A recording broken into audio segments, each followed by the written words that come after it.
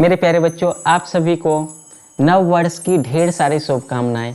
आशा करते हैं आप लोग जो है अच्छे तरीके से नया साल मना लिए होंगे। मेरे प्यारे बच्चों, इस नए साल में नए जोश और उल्लास के साथ आपको क्या करना है, अपने एग्ज़ाम की तैयारी में लग जाना है। तो चलिए उसी के क्रम में मेरे प्यारे बच्चों, आप सभी को फिर से once again happy new year to all students.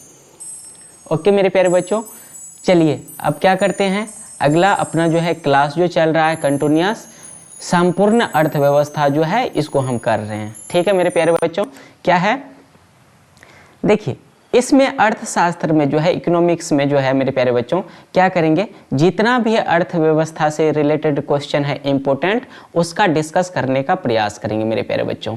ठीक है, चलिए देखते हैं पहला क्वेश्चन। मेरे प्यारे बच्चों, पहला क्वेश्चन क्या है, रीड कीजिए।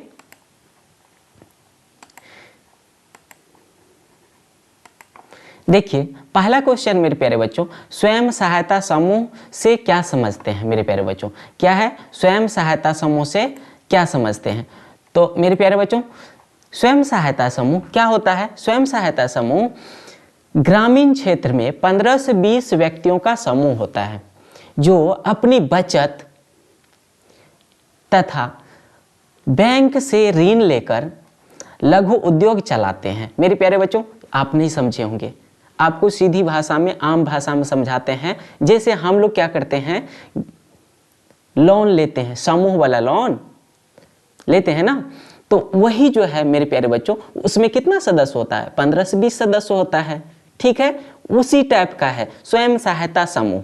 ठीक है मेरे प्यारे बच्चों, क्या बोल रहा है, स्वयं सहायता समूह ग्रामीण क्षेत्र में 15 से 20 व्यक्तियों का समूह होता है जो अपनी बचत तथा बैंक से ऋण लेकर लघु उद्योग चलाते हैं।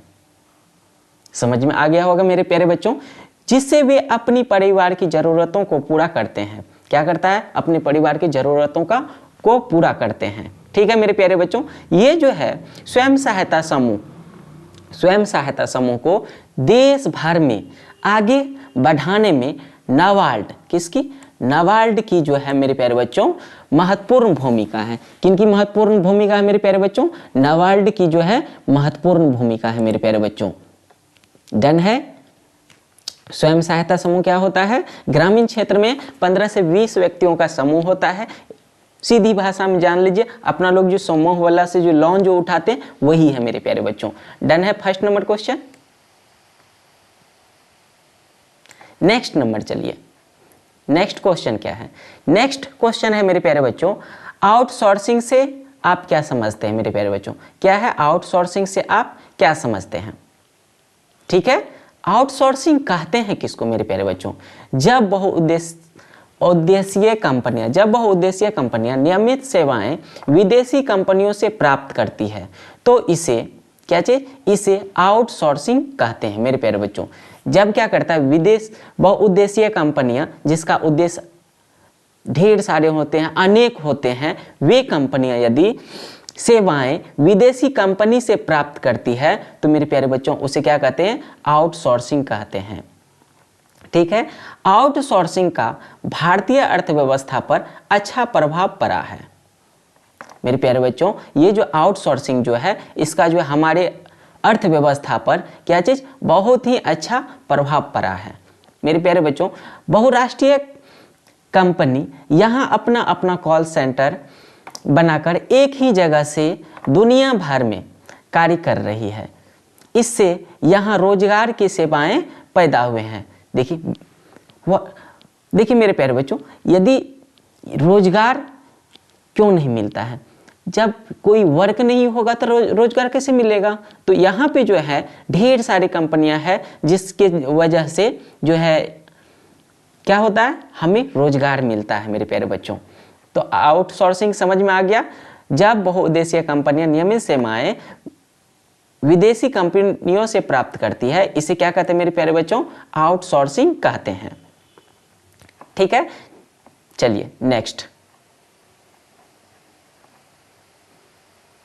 देखिए मेरे प्यारे बच्चों, थर्ड है WTO, वर्ल्ड ट्रेड ऑर्गेनाइजेशन। देखिए इसका फुल फॉर्म भी पूछता है, वर्ल्ड ट्रेड ऑर्गेनाइजेशन। हिंदी में इसको क्या बोलते हैं? विश्व व्यापार संगठन। क्या बोलते हैं मेरे प्यारे बच्चों? विश्व व्यापार संगठन।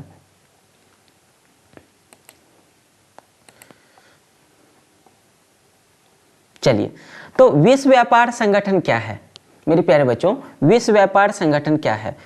विश्व व्यापार संगठन ऐसा राष्ट्रीय संगठन है जिसका उद्देश्य, क्या चीज मेरे प्यारे बच्चों? जिसका उद्देश्य अंतर्राष्ट्रीय सेवाओं को उदार बनाना है। मेरे प्यारे बच्चों, जिसका उद्देश्य क्या है? राष्ट्रीय सेवाओं को क्या करना है? उदार बनाना है। क्या चीज? इसकी स्थापना मेरे प्यारे बच्चों, इसकी स्थापना जनवरी 1995 में की गई है। कब की गई मेरे प्यारे बच्चों? जनवरी 1995 में इसकी स्थापना की गई है।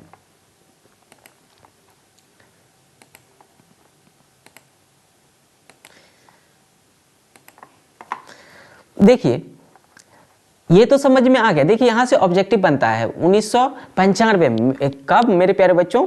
1995 में WTO का स्थापना की गई है। इसके सदस्यों की संख्या कुल कितना है मेरे प्यारे बच्चों?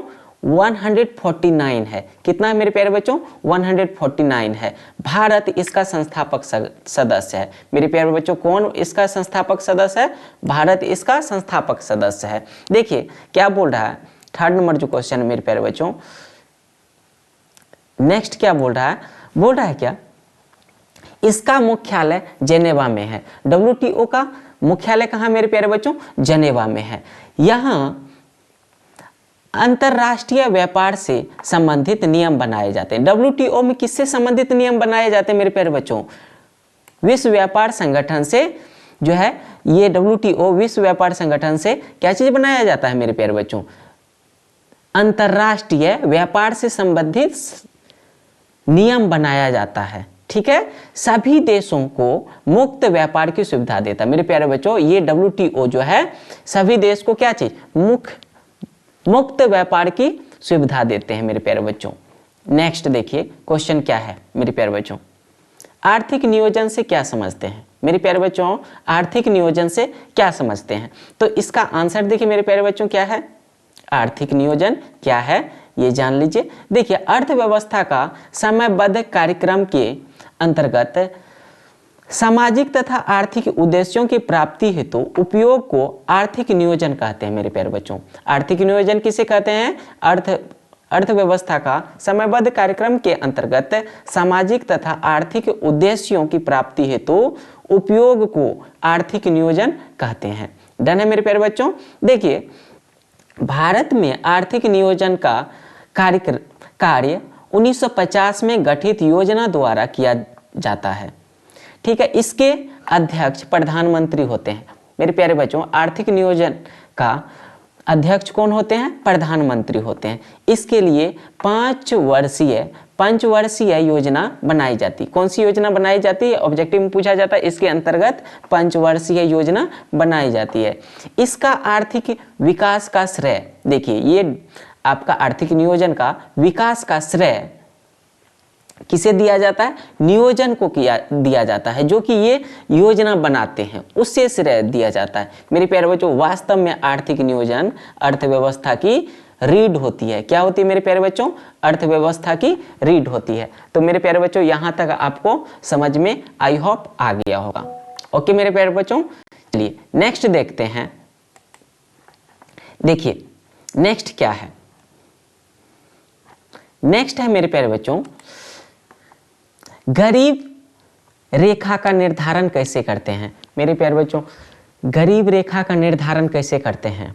कोई भी व्यक्ति गरीब कब कहलाएगा, तो उसको निर्धारित करने के लिए हम क्या करते हैं? भोजन में मिलने वाले कैलोरी को क्या चीज? आधार बनाया जाता है। क्या किया जाता है? भोजन में मिलने वाले कैलोरी मतलब ऊर्जा, आप लोग को तो बताए थे, बायोलॉजी में बताए थे, आप लोग को पता होगा। क्या चीज बोल रहा है?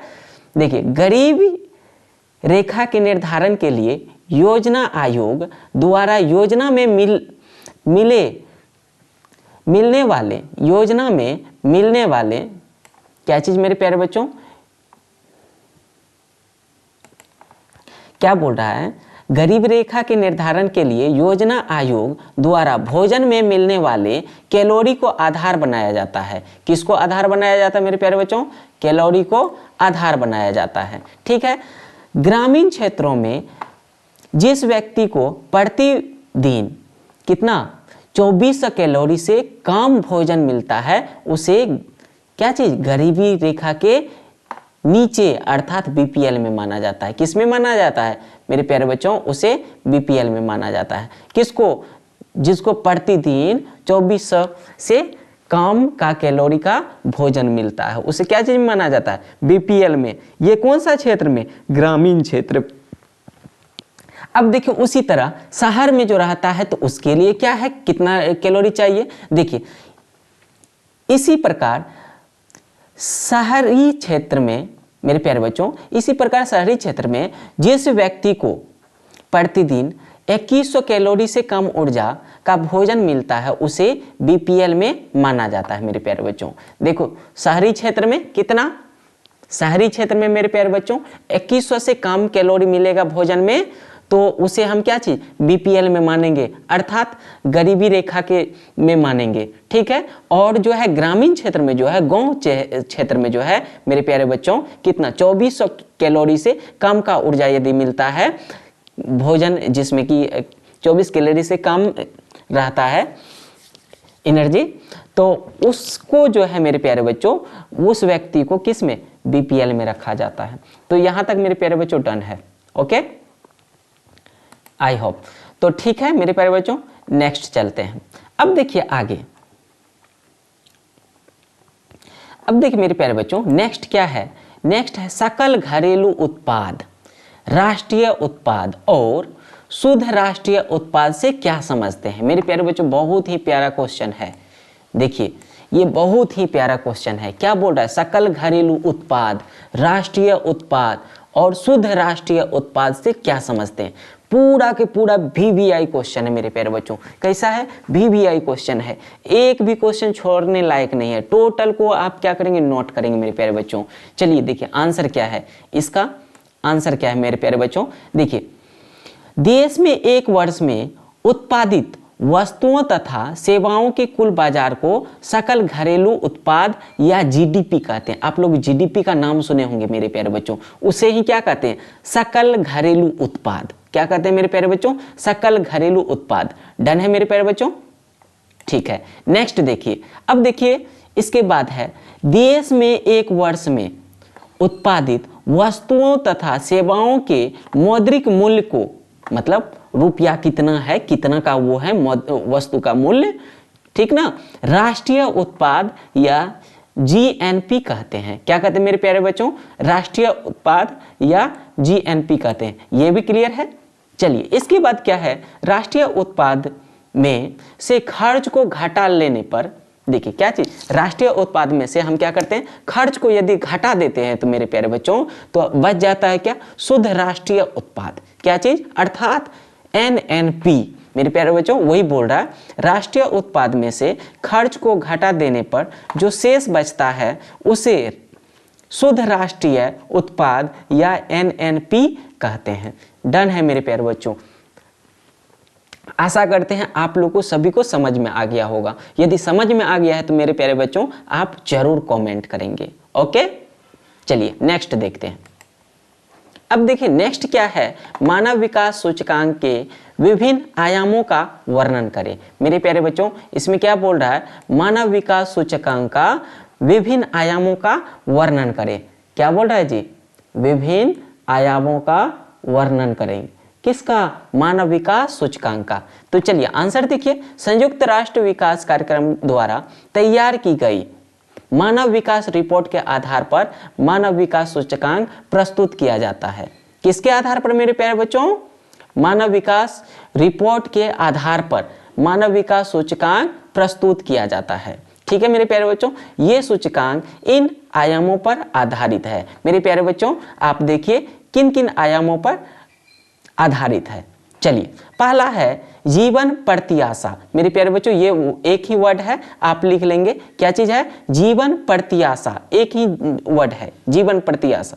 जीवन अलग है, प्रत्याशा अलग है। ये प्रत्याशा एक वर्ड है, इसको ऐड करके आप लिख लेंगे, ठीक है।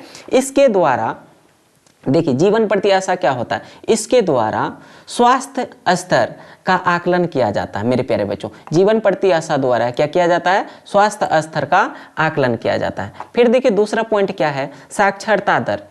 इसके द्वारा क्या किया जाता है, इसके द्वारा 7 वर्ष से अधिक आयु के लोगों की साक्षरता का पता लगाया जाता है। मेरे प्यारे बच्चों आप लोग को देखिएगा ऑब्जेक्टिव में ये सारे पॉइंट आपको मिलेंगे, आता ही आता। ऑब्जेक्टिव कहाँ से आता है, यही सबसे तो आता है।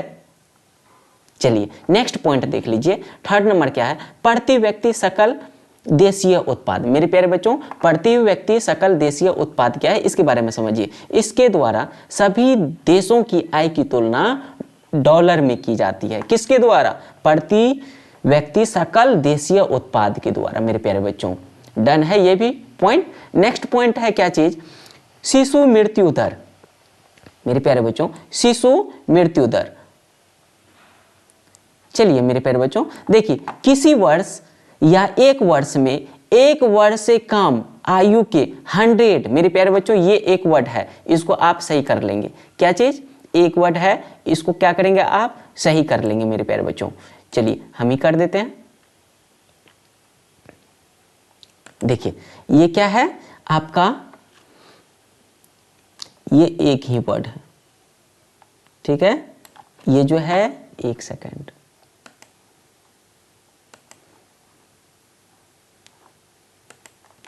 चलो तो ये जो है क्या है आपका, एक ही वर्ड है, ये 100 है, 100। चलो कोई बात नहीं, आप सुन लिए हैं, आप कर लेंगे सही। ओके मेरे प्यारे बच्चों चलिए नेक्स्ट। अब देखिए नेक्स्ट मेरे प्यारे बच्चों क्या है, क्या बोल रहा है, शिशु मृत्यु दर। किसी वर्ष या एक वर्ष में एक वर्ष से कम आयु के, कितने, 100 वर्ष से कम आयु के 100 बच्चों में, कितना, 100 बच्चों में मरने वाले बच्चों की संख्या को शिशु मृत्यु दर कहते हैं। मेरे प्यारे बच्चों क्या कहते हैं, मरने वाले बच्चों की संख्या क्या कहते हैं, शिशु मृत्यु दर कहते हैं। ओके डन है।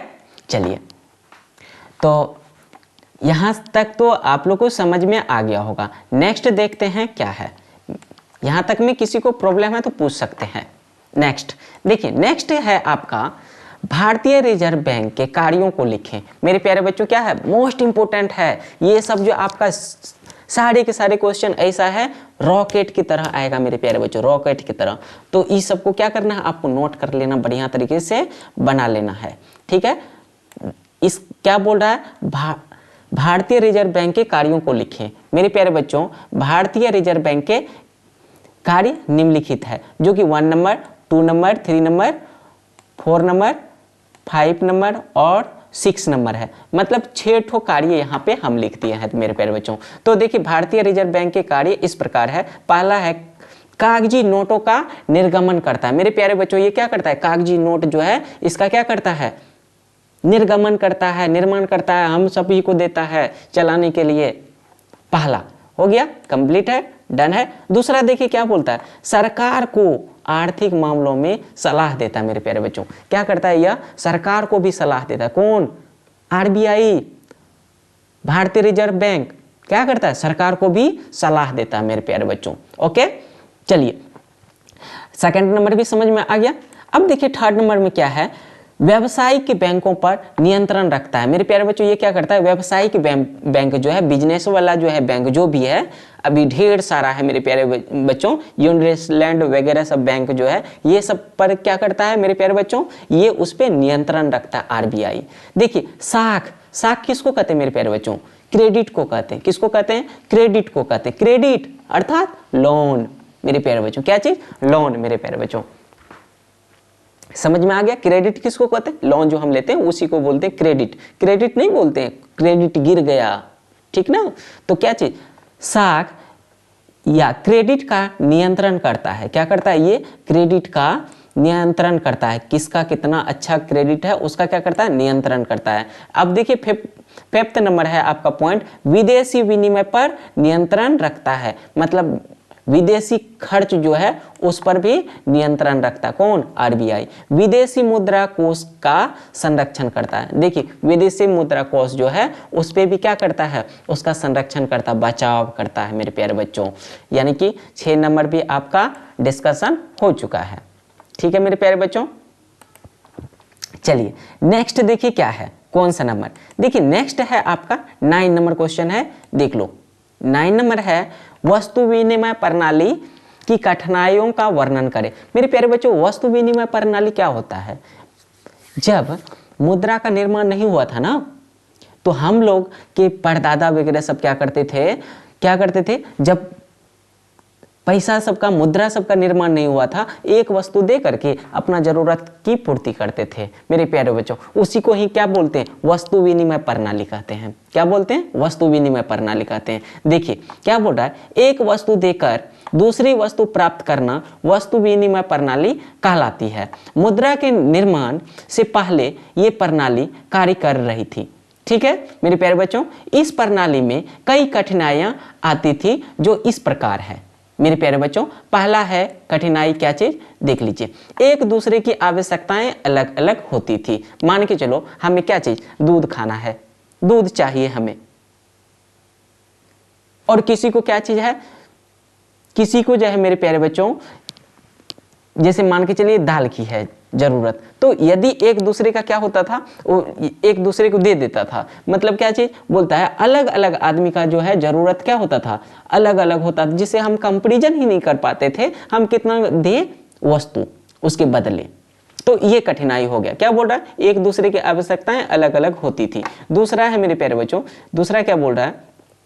दूसरा है, इस स्थिति में वस्तुओं का सही मूल्य नहीं आंका जा सकता था। कितना मूल्य है उसका, कितना दाम लगाना चाहिए, यह आंका नहीं जाता था। ठीक है, अब देखिए थर्ड नंबर पॉइंट है मेरे प्यारे बच्चों, थर्ड नंबर है विकारी पदार्थ, मतलब जो कि जल्दी खराब हो जाता है। जैसे दूध सब्जी वगैरह सब आप लोग बनाते हैं, दूध जो है 1-2 दिन के बाद फट जाता है, गर्मी के दिनों में आप लोग ने देखा होगा। इसी को बोलते हैं विकारी पदार्थ मेरे प्यारे बच्चों। का शीघ्र विनिमय नहीं होने से तब वह क्या हो जाता था? बर्बाद हो जाता है। सही समय पर विनिमय नहीं होने से वह बर्बाद हो जाता था। तो मेरे प्यारे बच्चों ये भी कठिनाई हो गया।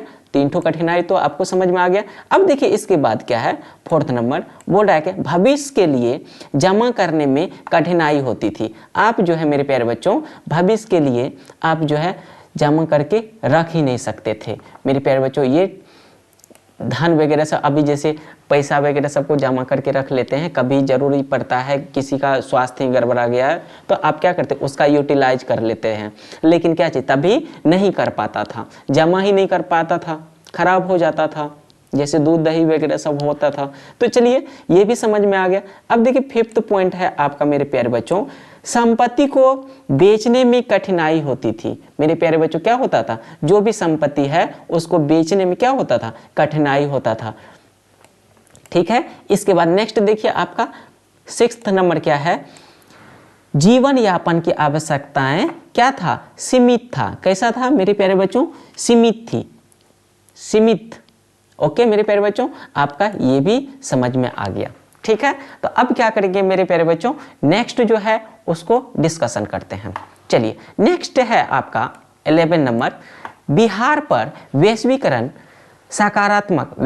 के सकारात्मक तथा नकारात्मक प्रभावों को लिखें। क्या चीज मेरे प्यारे बच्चों?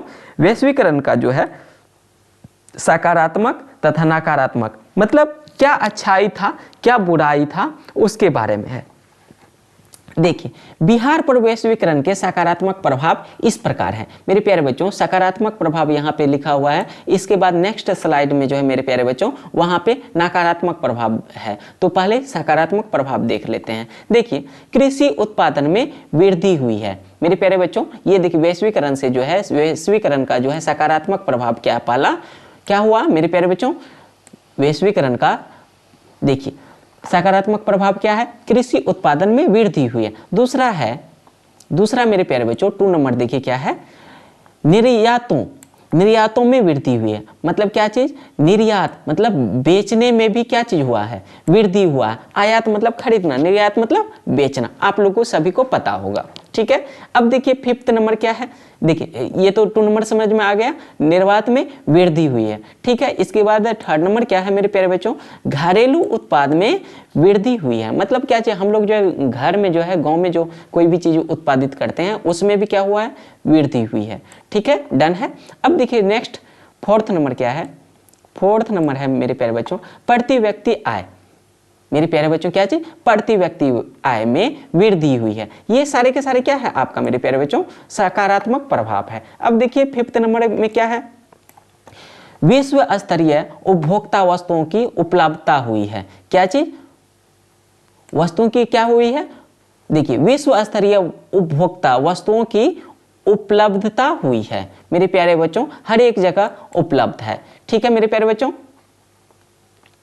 अब नेक्स्ट क्या है, देखिए 6 नंबर में रोजगार के अवसरों में वृद्धि हुई है मेरे प्यारे बच्चों। इससे क्या हुआ है, सभी आदमी को जो है ढेर सारे ऐसे रोजगार उपलब्ध हुए हैं जिसका कि हम लोगों को क्या चीज प्राप्ति हुआ है, ठीक है। अब देखिए नेक्स्ट क्या है, बहुराष्ट्रीय बैंक तथा बीमा कंपनियों का आगमन हुआ है। किससे मेरे प्यारे बच्चों, यहाँ पे देखिए वैश्वीकरण से, वैश्वीकरण का ये रहा मेरे प्यारे बच्चों सकारात्मक प्रभाव, ठीक है। अब नेक्स्ट देखेंगे नकारात्मक प्रभाव, किनके, वैश्वीकरण के, समझ में आया। अब देखिए बिहार पर वैश्वीकरण के नकारात्मक प्रभाव इस प्रकार है। तो मेरे प्यारे बच्चों फर्स्ट नंबर है कृषि आधारित उद्योग का ह्रास हुआ है। क्या हुआ, कृषि आधारित जो है उद्योग है मेरे प्यारे बच्चों उसका क्या हो गया, ह्रास हुआ है, मतलब उसमें क्या हो गया, उसमें कमी आई है, ठीक है। सेकंड नंबर क्या है, कुटीर एवं लघु उद्योग पर विपरीत प्रभाव पड़ा है। मतलब क्या चीज, फायदा होना चाहिए तो उससे क्या हो गया, हम लोग को घाटा होना स्टार्ट हो गया है।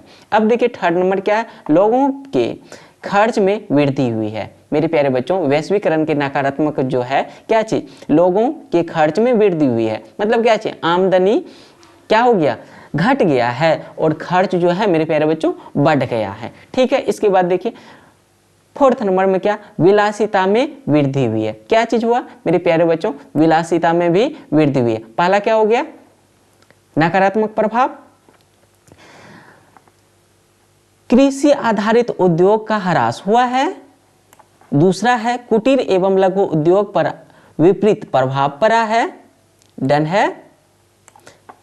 तीसरा है लोगों के खर्च में वृद्धि हुई है, ये भी डन है। और फोर्थ नंबर विलासिता में वृद्धि हुई। विलासिता मतलब, विलासिता मतलब मेरे प्यारे बच्चों अय्यासी, अय्यासी में भी क्या हुआ है, वृद्धि हुआ है, ठीक है। नेक्स्ट देखते हैं मेरे प्यारे बच्चों, नेक्स्ट क्वेश्चन, नेक्स्ट क्वेश्चन है और मेरे प्यारे बच्चों ये आपका लास्ट क्वेश्चन है, ठीक है। तो आप अच्छी तरीके से देखेंगे। देखिए मेरे प्यारे बच्चों, और बहुत ही VVI क्वेश्चन है मेरे प्यारे बच्चों, क्या है, VVI क्वेश्चन है, तो इसको आप बढ़िया से देखेंगे। अर्थव्यवस्था क्या है, इनके क्षेत्रों तथा प्रकार को लिखे। मेरे प्यारे बच्चों इसमें जो है 2 क्वेश्चन ऐड है और इसको जो है 5 मार्क्स वगैरह सब में कभी कभी पूछ देता है, इसलिए हम क्या किए हैं, दोनों को एक में ही ऐड कर दिए हैं, जैसे कि आप साइंस में देखे थे, ठीक है।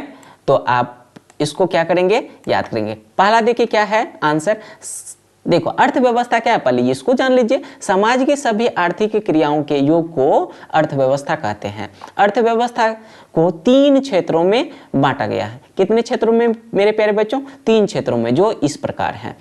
देखो क्या है, पहला है प्राथमिक क्षेत्र, दूसरा है द्वितीय क्षेत्र, तीसरा है तृतीय क्षेत्र, इसे क्या कहते हैं, या सेवा क्षेत्र मेरे प्यारे बच्चों। तो चलिए पहला जो क्षेत्र है प्राथमिक क्षेत्र जो है इसे क्या कहते हैं, इसके बारे में समझिए। ये क्या है, देखिए प्राथमिक क्षेत्र जो है मेरे प्यारे बच्चों इसे कृषि क्षेत्र कहा जाता है। पूछा जाएगा ऑब्जेक्टिव में, कृषि क्षेत्र किसके अंतर्गत आता है मेरे प्यारे बच्चों, प्राथमिक क्षेत्र के अंतर्गत आता है, डन है। आई होप आप लोग को समझ में आ रहा होगा। इसे कृषि क्षेत्र कहा जाता है। किसको कृषि क्षेत्र कहा जाता है, प्राथमिक क्षेत्र को मेरे प्यारे बच्चों कृषि क्षेत्र कहा जाता है। इसके अंतर्गत कृषि तथा पशुपालन आते हैं मेरे प्यारे बच्चों। प्राथमिक क्षेत्र के अंतर्गत क्या क्या आते हैं, कृषि तथा पशुपालन आते हैं। अब देखिए द्वितीय क्षेत्र है मेरे प्यारे बच्चों, द्वितीय क्षेत्र को क्या कहते हैं मेरे प्यारे बच्चों? इसे औद्योगिक क्षेत्र कहा जाता है मेरे प्यारे बच्चों। द्वितीय क्षेत्र को क्या कहते हैं? औद्योगिक क्षेत्र कहते हैं। इसके अंतर्गत विभिन्न उद्योग, बिजली, गैस इत्यादि आते हैं मेरे प्यारे बच्चों। ठीक है, नेक्स्ट आपका है मेरे प्यारे बच्चों तृतीय क्षेत्र है, इसे सेवा क्षेत्र कहा जाता है। VVI इसको डन कर लो। क्या चीज? सेवा क्षेत्र किसे कहा जाता है? तृतीय क्षेत्र को कहा जाता है मेरे प्यारे बच्चों। इसे सेवा क्षेत्र कहा जाता है। इसके अंतर्गत बैंक, बीमा, परिवहन, संचार आदि आते हैं मेरे प्यारे बच्चों। तो इस तरह से मेरे प्यारे बच्चों ये जो है आपका एक पार्ट क्लियर हुआ। यहाँ पे इनके क्षेत्रों तक आपका यहाँ तक डन है। ठीक है, नेक्स्ट है मेरे प्यारे बच्चों इसी में जो आपका जुड़ा हुआ प्रकार को लिखें। तो इसका मुख्य प्रकार जो है उसके बारे में हम चर्चा करेंगे। चलिए देखते हैं। तो मेरे प्यारे बच्चों पहला जो है क्या बोल रहा है? अर्थव्यवस्था के मुख्य प्रकार निम्नलिखित है। निम्नलिखित जो है सभी को बारी बारी से देखते हैं। पहला है मेरे प्यारे बच्चों पूंजीवादी अर्थव्यवस्था। मेरे प्यारे बच्चों पूंजीवादी अर्थव्यवस्था क्या होता है? देखो इसमें क्या होता है, इसमें उत्पादक के साधनों पर निजी व्यक्ति का नियंत्रण होता है। किसका नियंत्रण होता है? निजी व्यक्ति का नियंत्रण होता है। किसमें? पूंजीवादी अर्थव्यवस्था में। किसमें मेरे प्यारे बच्चों? पूंजीवादी अर्थव्यवस्था में। डन है मेरे प्यारे बच्चों। अब देखिए ये अमेरिका, जापान आदि विकसित देश में है। ये जो है आपका पूंजीवादी अर्थव्यवस्था जो है किसमें है? अमेरिका, जापान इत्यादि जो है विकसित जो देश है उसमें है। अब देखिए दूसरा है मेरे प्यारे बच्चों, दूसरा है समाजवादी अर्थव्यवस्था। कौन सा है? समाजवादी अर्थव्यवस्था। इसमें उत्पादन के साधनों पर सरकार का नियंत्रण होता है। ये व्यवस्था चीन, क्यूबा जैसे गिने चुने देश में है। मेरे प्यारे बच्चों ये जो है समाजवादी अर्थव्यवस्था जो है कहाँ है? चीन, क्यूबा जो है आपका अधिकतर गिने चुने जो आपका देश है उसमें है। कौन सा? समाजवादी अर्थव्यवस्था। अब देखिए थर्ड नंबर क्या है मेरे प्यारे बच्चों? थर्ड एंड लास्ट मिश्रित क्या चीज है? मिश्रित अर्थव्यवस्था। मेरे प्यारे बच्चों क्या है? थर्ड है मिश्रित अर्थव्यवस्था।